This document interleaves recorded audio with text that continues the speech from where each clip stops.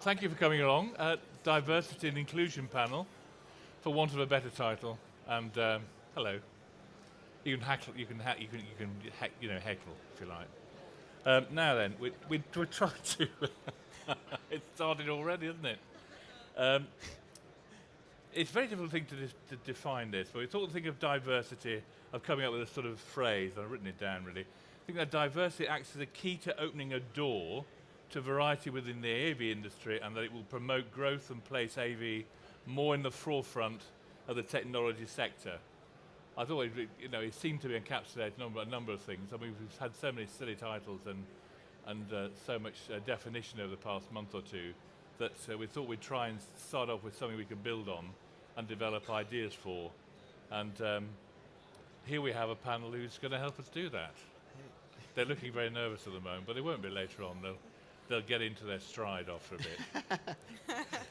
And to my left is Amanda Eberle Boyer. Is it Eberle? Eberle. Eberle, I knew I'd get it wrong. You're good. Should have asked that beforehand. Not very professional of me, was it?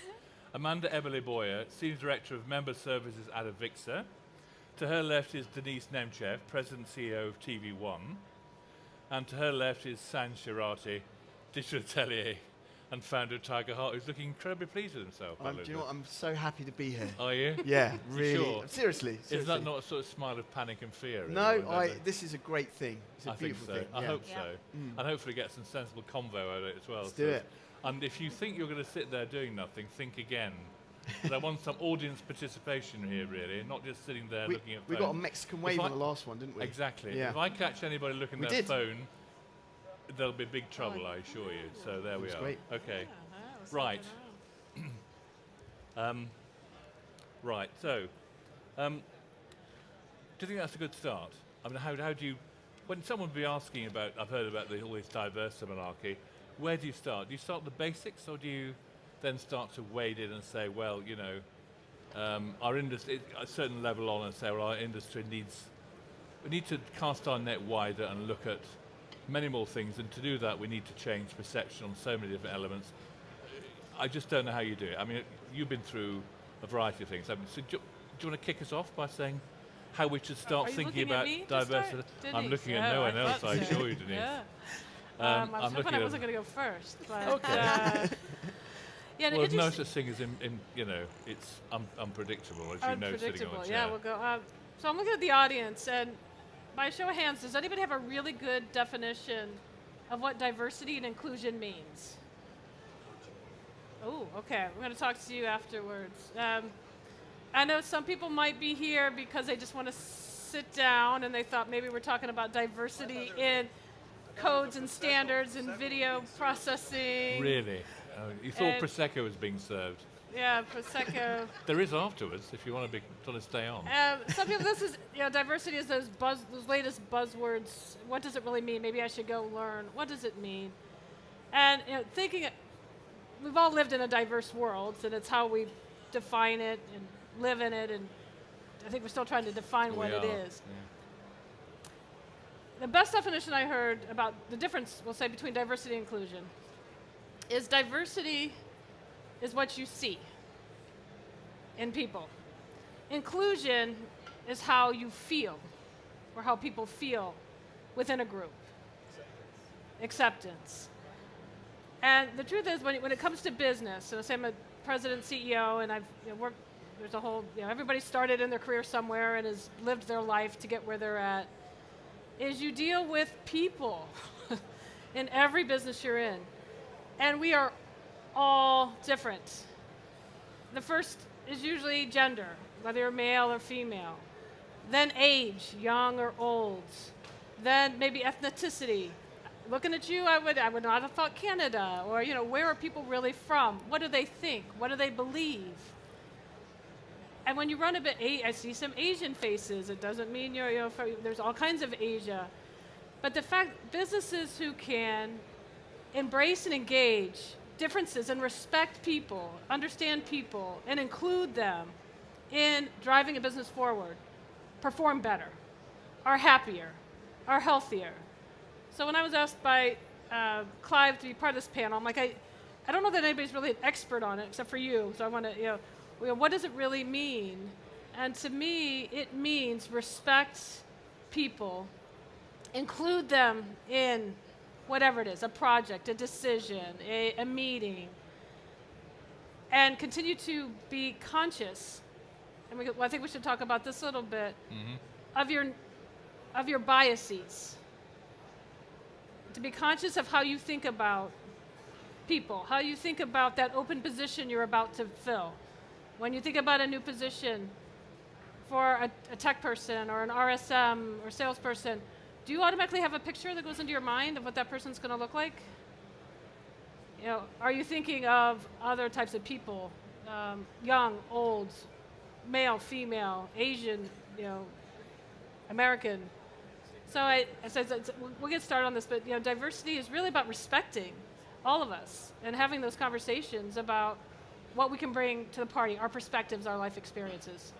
I mean, you mentioned earlier, Sanj, about you being brought up in the music industry for 25 years, and that it was never an issue because everybody was fairly diverse in the first place. Yeah, I mean, it depends on the environment you were brought up in, and absolutely. So much conditioning in a sense, doesn't it, about how you look at other people, how you look in about the culture generally, and the profession you're in. Absolutely, really. And I was very fortunate that I was exposed to so many different, ethnicities or ages or where people are from. And the great thing about that is it educates you. You get to learn about things that you would never even have thought of, and vice versa as well.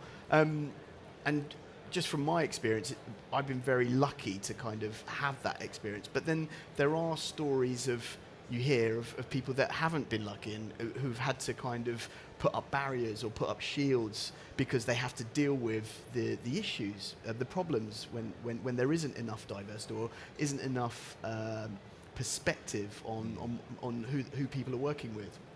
And that's a shame, and it does need to change. Well, I don't know, Amanda, because you were the AVIXA was quite early on to this, weren't they? I mean, you formed the thing. I mean, what have you found? How did you start out? How did you try and define and develop what you were doing at AVIXA? Well, we found that there was a need from our members that said we need to have a diversity council within AVIXA that will showcase, provide a voice, provide an opportunity for all diversity to be able to come together and talk about how it impacts the AV industry, how it impacts people's careers. So in that, the Diversity Council started after a resounding cry from our members of saying, yes, we need this to start. Within an hour of us announcing we wanted to start a Diversity Council. So what led to that? I mean, what were they saying about the places they were in that was leading to that being started off formally? Well, it came to us by first a board member and then several other people who he kind of talked about with and communicated with about where is the forum that we have to come together and talk about how is diversity in the industry? How are we defining it? How are we expanding upon it? How are we creating the AV industry into an inclusive workplace so that anyone coming from a student into the industry, anyone who's maybe a veteran trying to come into the industry after serving, anyone who has disability that's looking at how they can enhance the AV experience for others like them, how are we making sure this industry and this community is open, inclusive, and welcoming to everyone, whether it's LGBTQ+, whether it's gender, it's female, whether it's different races, different social economical status, different education levels. Diversity is kind of, I think, what Denise was saying earlier. It's all inclusive of anyone who is looking for a safe space to be able to come and find that work and that ability in the AV industry. And we want to make sure we're giving a platform for everyone's voice who is a member of AVIXA to be able to come in and have a voice in a safe space.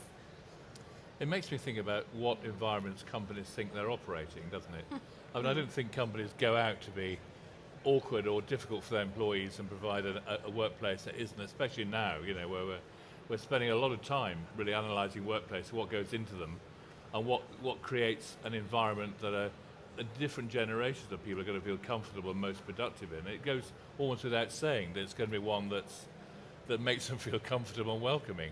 But we don't probably say that very often. Right. I'm still no wiser, even with these new environments, just whether we're facing cultural issues or practical issues or something else I can't quite put my finger on. Because the industry desperately wants new input, new people Absolutely. to be recognised much wider than it is for the amazing industry it is actually. And it seems to feel, from people I've spoken to, caught up in this diversity rut, one guy identified as, well, said it was identity politics. And you know how people, a bit like Brexit, you know, they jump onto a particular word and stick with it. Whereas most of us who've been involved in the industry are just welcoming just a recognition that we need to open up to everybody, and are a bit astonished, even though we acknowledge that the beginnings of the industry were very much usual male, old things in the theatre, you know, chippies and so on, inherited from previous ages. But I think we've moved on, and we're a bit astonished when we feel we haven't, or the perception is that we don't. And I think most of us don't quite know what's happened and how we got ourselves in the situation. I don't know quite what we should do about it. So, is there an acknowledgement, generally speaking, that diversity is something we should treat as an issue? And is AV feeling that? Because I can't get a sense within the AV industry with people I talk to, and it really is from one end to the other, what they feel about it, if they've got anything in place that's formal, that recognises it and makes people feel all-inclusive, and what the next step should be, and how we then go on. You know, it's a difficult thing to really put.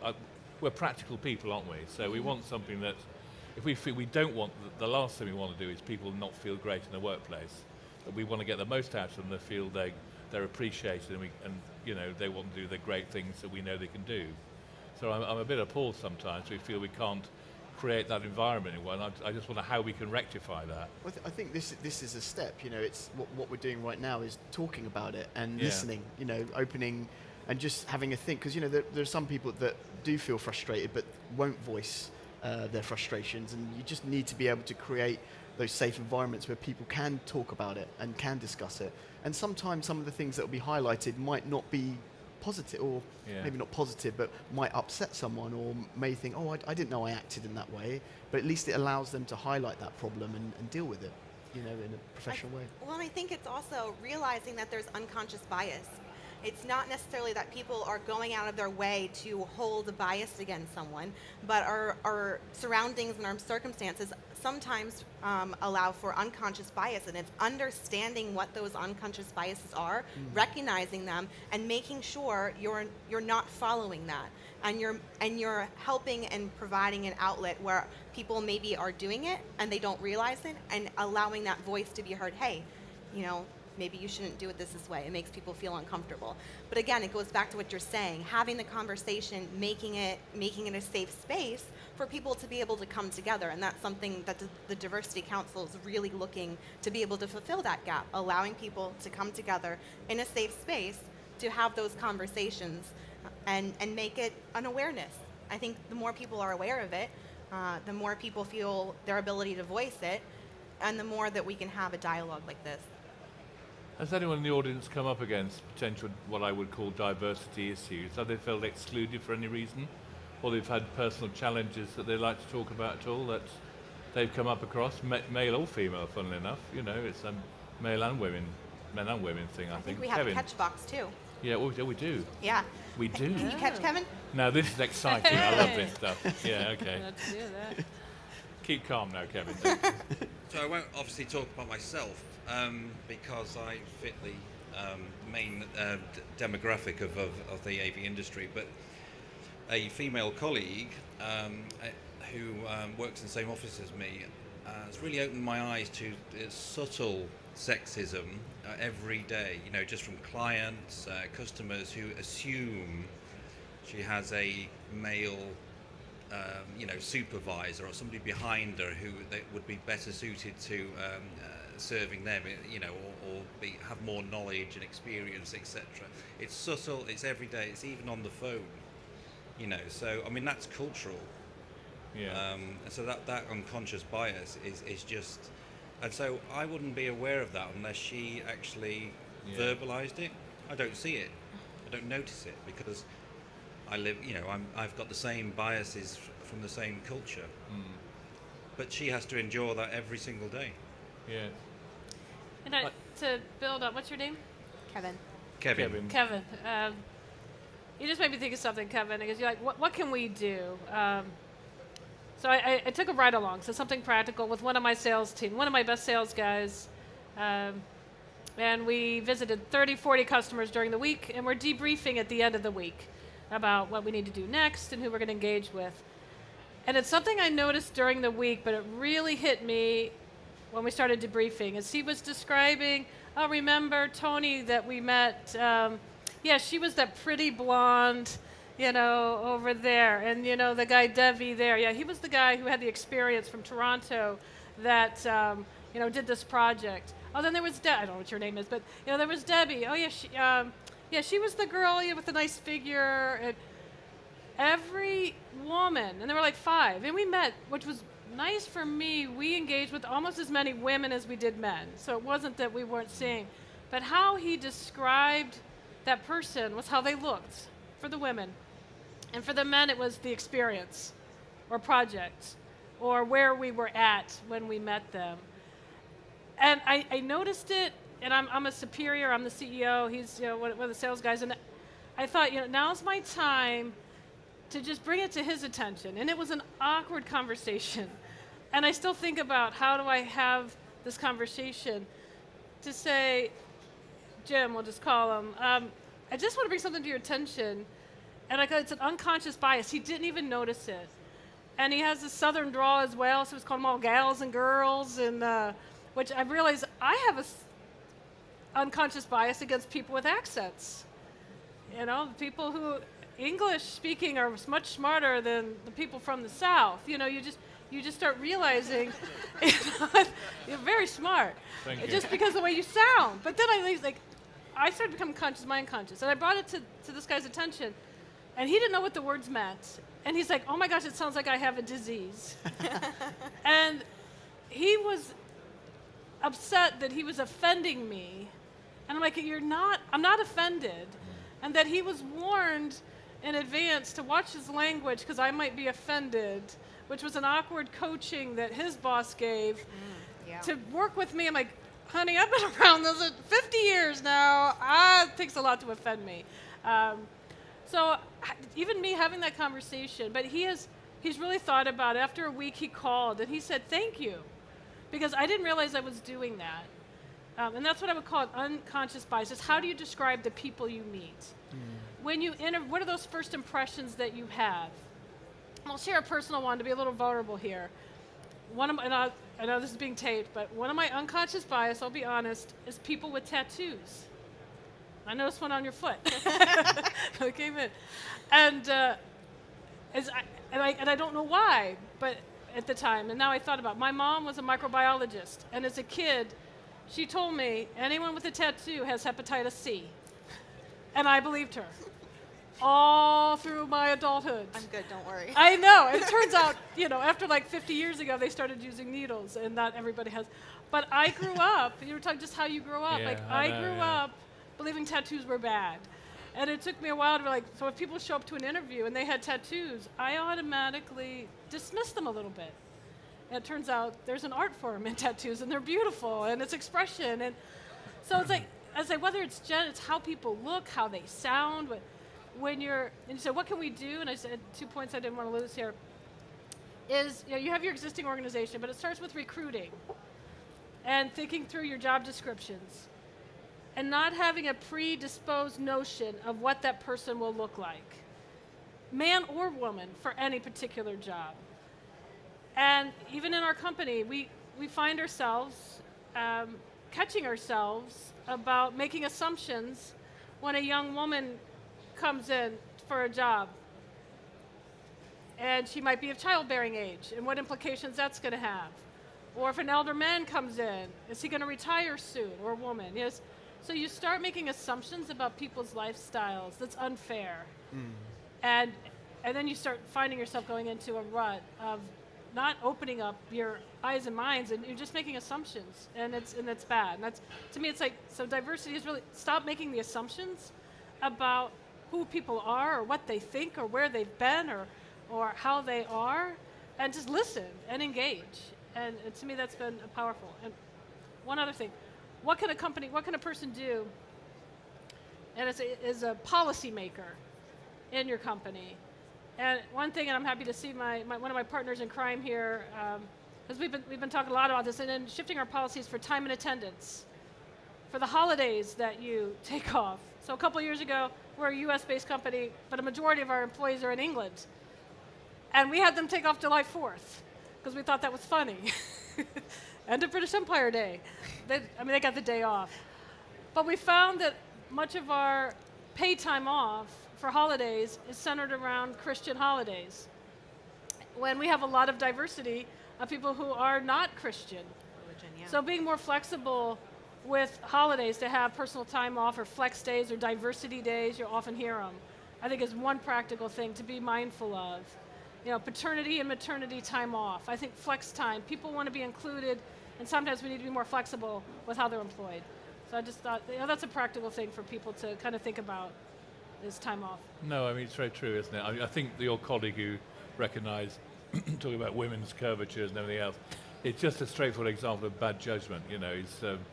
What he's missed by not engaging someone like that and just dismissing her. He could have missing the most important person in the room with the most experience. He doesn't see it. That's just bad judgment. He has a ton of respect for them. It was just Yeah, how he I'm sure described, and so he really thinks about it. Now, he would say, that the pretty tall blonde, I'm like, oh, she was the one that used to work for, the other company and did that one project. And he's like, yeah. I'm like, that's how I remembered her. But as I say, age and experience acts as a barrier to learning new things and behaving responsibly. I'm the way I am because I was made redundant 3 times, and I had to rejig the clock every time I did, which makes you rethink how you think about things and act your own life and everything else. And it's a thing that we all go through, and we're all victims of our own, family conditioning. And we haven't really been taught to question any of that without become paranoid about it. Yeah, and I think I was just getting on Kevin's point, just with how women, and men engage, and how we grow up thinking a certain way, and then you're like, that's actually a cute tattoo you've got. Thank you. Well, I think that's why a lot of us should lead by example and, support the team that you have. A lot of the clients we have are like luxury clients who are wonderful, but they're very traditional, very old school mentality, and sometimes very, sexist or very demeaning to young people. And it's good to get your team, we're lucky we've got quite a few female coders, to get them to present the idea to these people that aren't used to those ways of being approached before. And yeah, you have to support the people that you work with and show them that, there are people that act in a wrong way, but you're not going to act like that, and here's the reason why. And it goes back to, we're talking about beauty and diversity. That's what comes back. We're all AV businesses here. Majority of us are here, because we're helping our clients to express themselves as best as possible. And so you should allow everyone in your team to be able to express themselves as well. I think that's a good point. It also takes good mentors to help you do that and encourage your staff to be able to feel comfortable to present in maybe an uncomfortable position. I know one of my mentors early in my career, I was the main salesperson on an account, and I was pitching a proposal, and he came onto the meeting with me, and the client kept looking at him for answers and asking him questions, and he kept directing the client back to me and was like, actually, Amanda's the one that knows the information. That's I amazing. have no clue. That's amazing. But to have mentors like that is so important. And I think that, that there's opportunities to learn about how you can help mentor your younger staff or newer staff, or peer mentoring.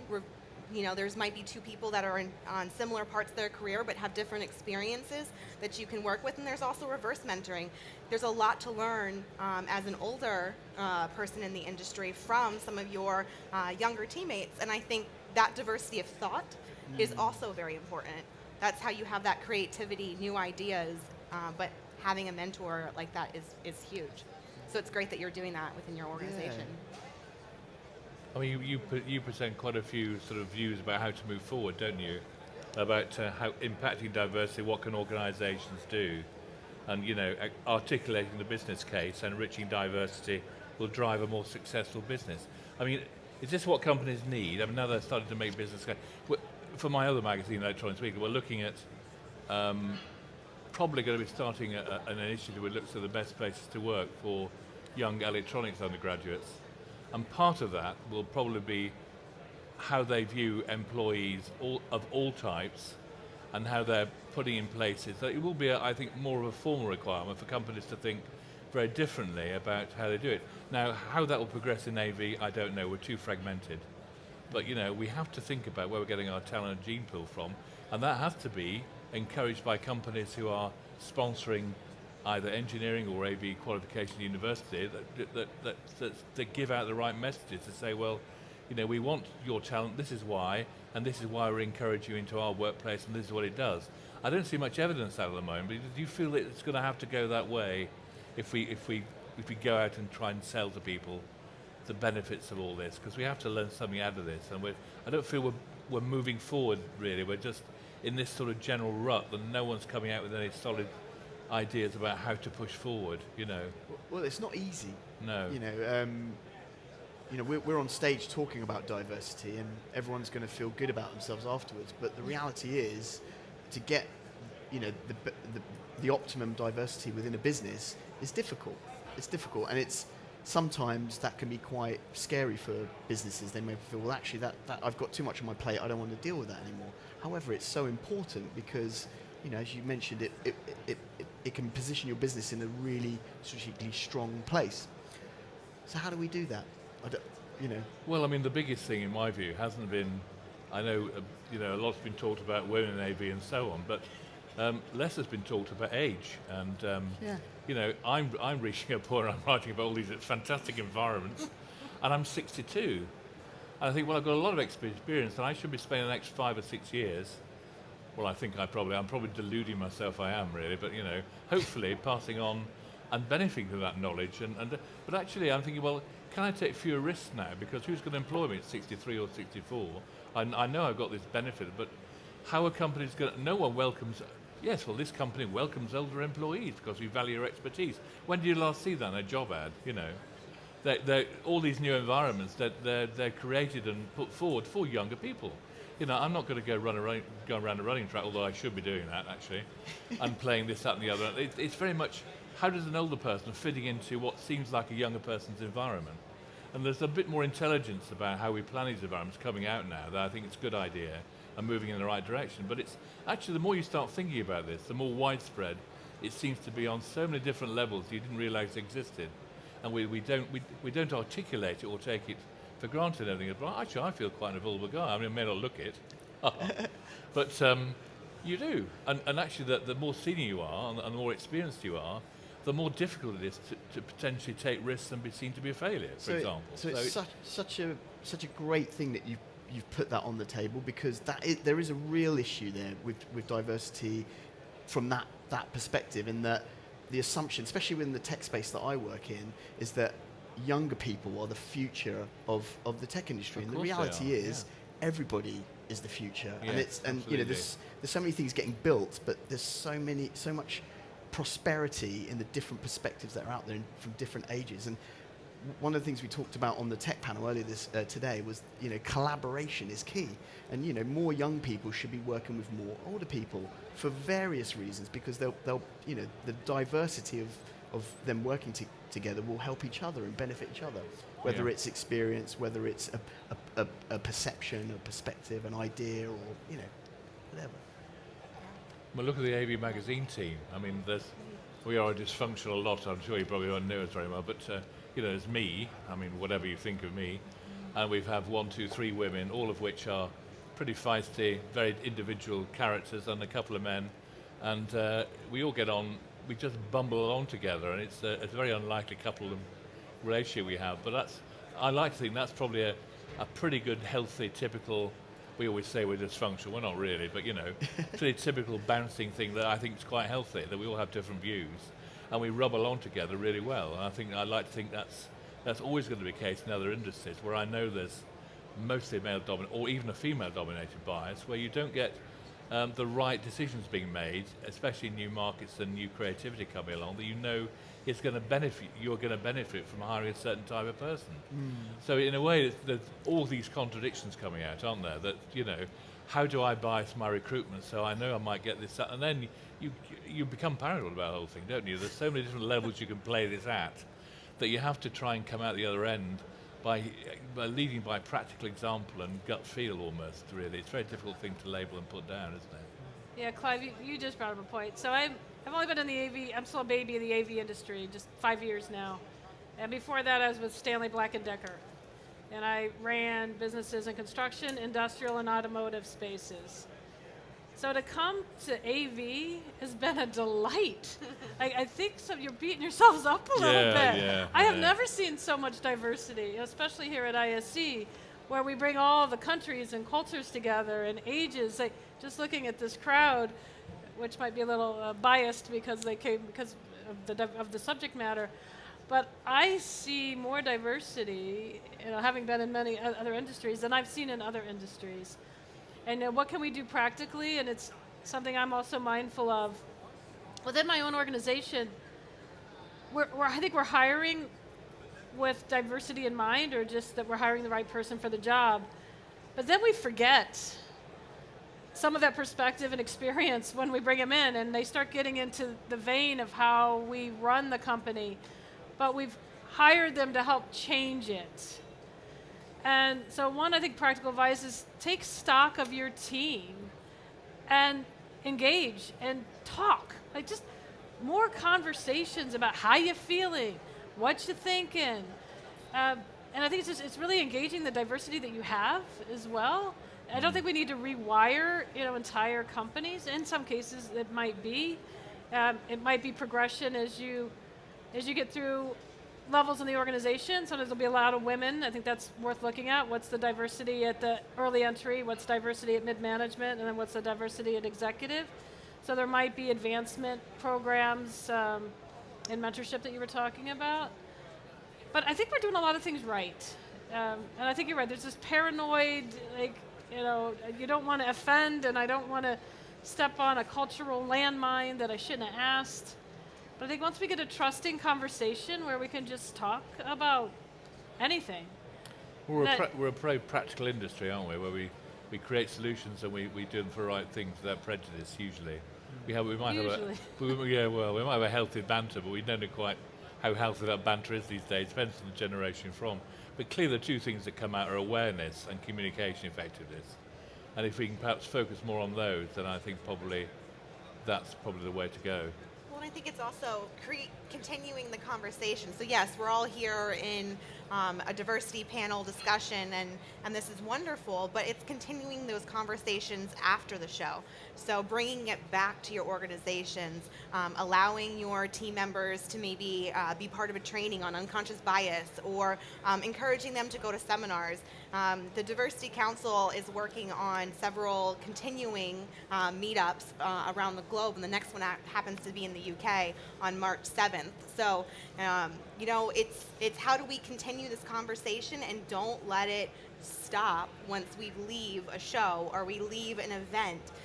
It's continuing that conversation, bringing it back to your organizations, bringing it back to your bosses, bringing it back to your peers.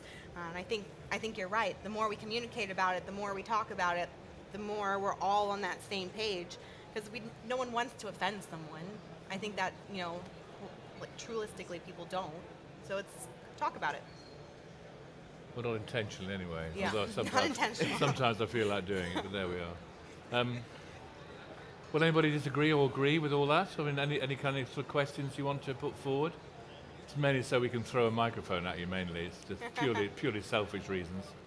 One thing I would just like to add, I think it's worthwhile just also thinking about what do you do when a mistake happens? When someone makes a mistake, because there is this culture now, especially with the 10 years of social media being part of everything that we do, that people just want to pull out a pitchfork, band together, and start pointing the finger at someone.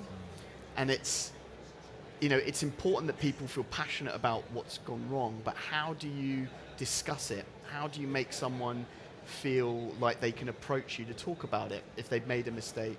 Because if you repress that, you get something, well, you end up happening, what's happened with Brexit, the day after Brexit, all of these closet racists started shouting at each other and calling people names. And I think repression can have a damaging effect on how people's view on diversity can be a positive one.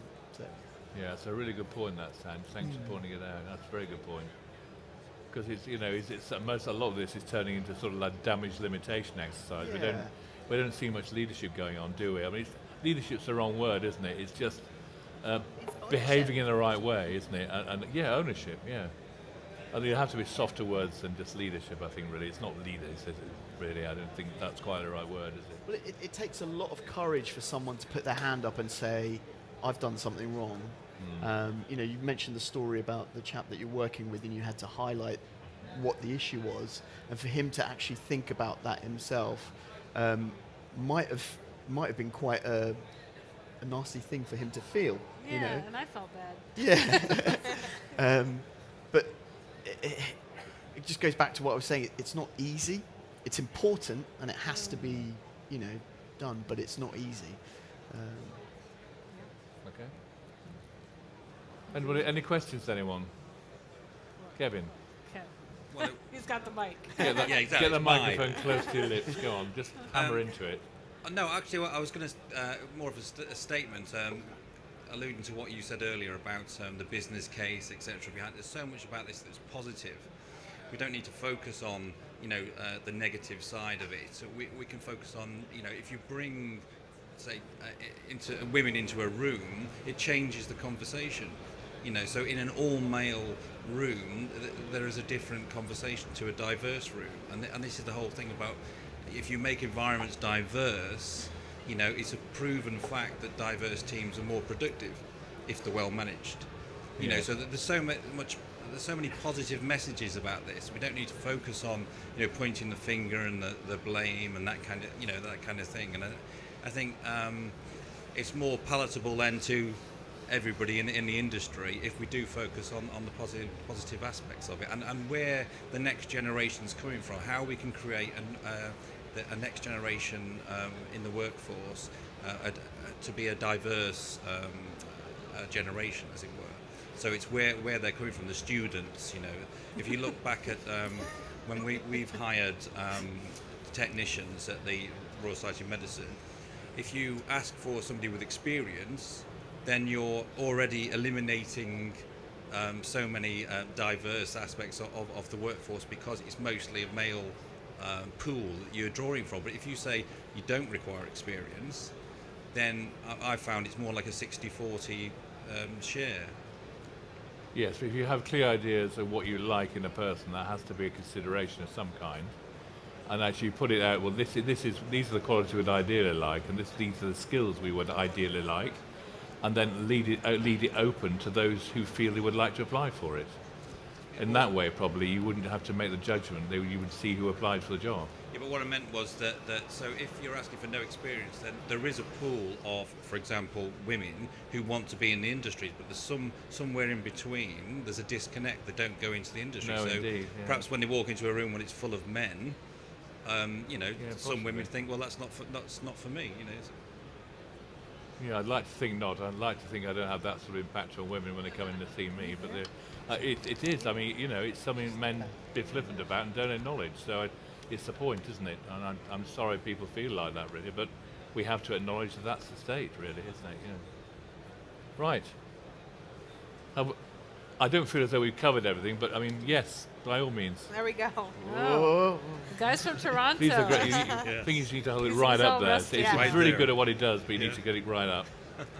Okay, so I'm from Toronto, so Toronto is one of the most... Can't hear you. Can you hear me? Here we go. Yeah. Can now, we need to shout into it. Like that? Yes. There you go, Wonderful. wow. Speak louder. Speak louder, Just yeah. bury your face in So, it. Go on. There you go. I'm from Toronto, so Toronto is one of the most diverse cities in the world. So we have no problem in diversity when it comes to the workforce. But I want to play a little bit of a devil's advocate because I just want to understand where some of the things fit in terms of what you guys have talked about in assumptions and judging people. But the reality is if a hiring manager is looking for someone and you have a 65 or 68-year-old man who applied to the job, and he's great, a lot of experience, versus a 40, 45-year-old man who comes in with kind of similar experience, but not with the years, right? Reality is he's going to look at the 68-year-old man and say, well, you know what, in a few years, you know, there is a business risk where he's going to eventually retire, or within 3 years to 5 years, we might lose him after putting all the efforts and the money and the training and all that stuff. That's just the way life is. Same thing if a 30-year-old lady versus a 30-year-old man comes in and they apply for similar jobs, and the 30-year-old lady who's married doesn't have yet kids or family, they do assume that eventually, you know, she's very close to probably planning to have children and family and so forth, and that might impact, not necessarily it will, but it might. So versus the guy who's like 30-year-old and he's married, but it might not be such an impact to the company. Assumption, I mean, this is reality. Yeah. So where, I mean, is it realistically speaking that implementing diversity and what you guys have talked about, to take, like the idea is to take that assumptions out, because it's very hard to see it to be taken out when we're coming to that approach, or it's just have more of an open mind about it, or like what's the idea, or where are we trying to get at? I can give you this. These exact examples happen, you know, about every quarter, and so with the female, turns out most children have a father too, and that women, in many cases, take time off for a little bit of time, and then they come back to work more focused, as talented as they ever were, and are more loyal than they've ever been. And I really respect, and we're considering this as well as paternal leave, to help the mother not have to take off as much time. So I think, you know, that's where it comes to policy, and making the assumption that a woman's going to have children, because some women don't, or that a man's not going to want to stay home with his children. I know a lot of couples where the woman is the breadwinner and the man stayed home, and that's fine. That's a partnership. So I think, and if she does decide to take off time, then you make provisions. And we've done this, you know, at least 3 or 4 times in the last couple of years at tvONE, and the women have come back more loyal, more committed, more engaged, more productive, more brilliant than ever. So, yeah, for the business, you know, we had to make, and actually we were able to hire and shift around some jobs and actually promote some of these people. The age, I think it really comes down to the type of job, because you can bring in experienced people, and maybe it's in a consultation role, or it might be that 68-year-old man works until he's 80, and it might be that 45-year-old man decides at 50 he's done. So you start trying to second guess what people are going to do, and you're wrong. Yeah. And also, you know, you could be a 45-year-old man and walk out that door and get hit by a bus. You know, I know that's quite dark, but I think Or win the lottery, right? or win the lottery. Get hit by a lottery ticket. Or they leave to another company. I mean, Yeah. there's no guarantees on future employment, so hire the best talent for the job you have today. I think, and you know, I mean this in a respectful way, I think the assumption that, you know, the guy and the lady who are the same age, to pick the man over the woman just because of, you know, she hasn't had kids yet, I think that's a sexist thing to think. That's just my view. But hey, you know, we're just at the beginning of a new frontier, a new change in people's perception, and that's the problem is perceptions. It's how do we change people's views on how people think about people. Do you have children? Well, I was gonna say, and not to continue the conversation, but because I think you guys have said it well, but I just hired someone who was 6 months pregnant because she was the best person for the job I was trying to hire for, and she got up to speed super fast, worked until she started labor, and she was like, all right, I gotta go to the hospital, but she set my team up for success, and her part of my team up for success for while she was gone on maternity leave, so that I really don't have anything to worry about in that few months that she's gone. And I know that when she comes back, she's ready, she's focused. It's InfoComm show in June, and she has her list already ready to go for her when she comes back.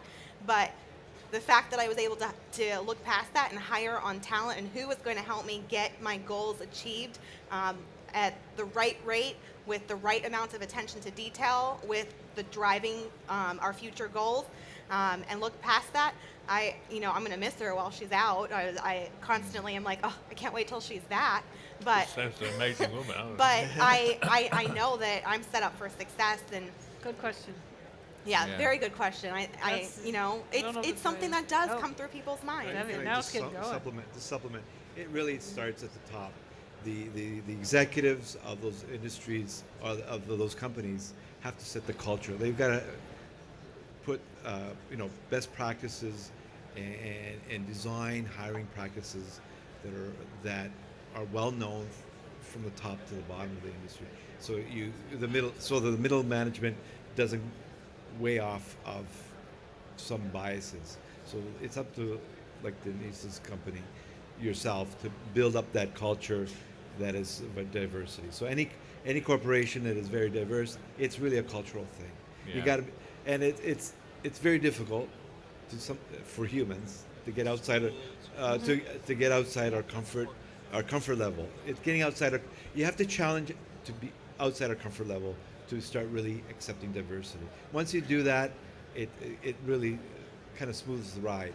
But if you box yourself into certain aspects culturally or in a certain way, or you don't want to exit your comfort level, you'll never succeed outside Well, there you go. I think that was a wonderful question, and thank you for being courageous to be able to absolutely, ask it. absolutely. That's what. He's But got that's balls. what forums like this are for. It's that we need to be able to have open dialogue and conversation. Absolutely right. I don't know. I said balls. What's the...